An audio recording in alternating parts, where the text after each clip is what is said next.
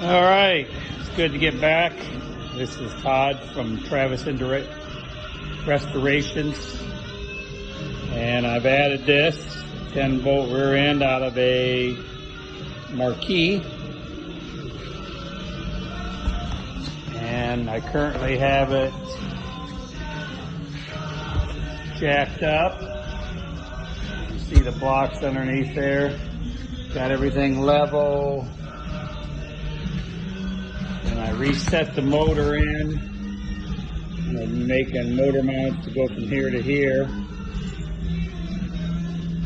And I got it pretty well stabilized to hold.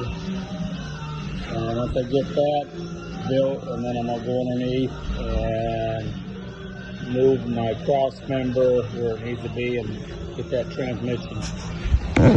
But yep. So we will proceed onward.